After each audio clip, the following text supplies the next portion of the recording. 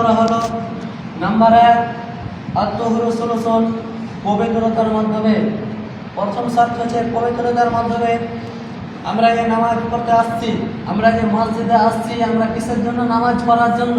আমরা নামাজ পড়তে আসছি, তো আমাদের প্রথম শর্ত হচ্ছে আমাদের পবিত্র হয়ে থাকতে হবে। আমাদেরকে নামাজ পড়তে আসলে আমরা পবিত্র হয়ে যাতে নামাজ পড়তে আসি, তা তো আমাদের নামাজ গ্রহণযোগ্য হবে না। তবে আমাদের প্রথম শর্ত হচ্ছে আমরা যাতে পবিত্র হয়ে মসজিদে এসে নামাজ পড়ি, আমরা যদি অপবিত্র হয়ে থাকি তো আমাদের নামাজ কবুল হবে না। নাম্বার 2, আমাদের রুকু যদি পূর্ণ না হয় তবে আমাদের সালাত কবুল হবে না। আমাদের রুকু পূর্ণ করতে হবে, তবে আমাদের সালাত কবুল হবে। নাম্বার 3, আমাদের সাজদা যাতে পূর্ণ না হলে আমাদের সালাত কবুল হবে না।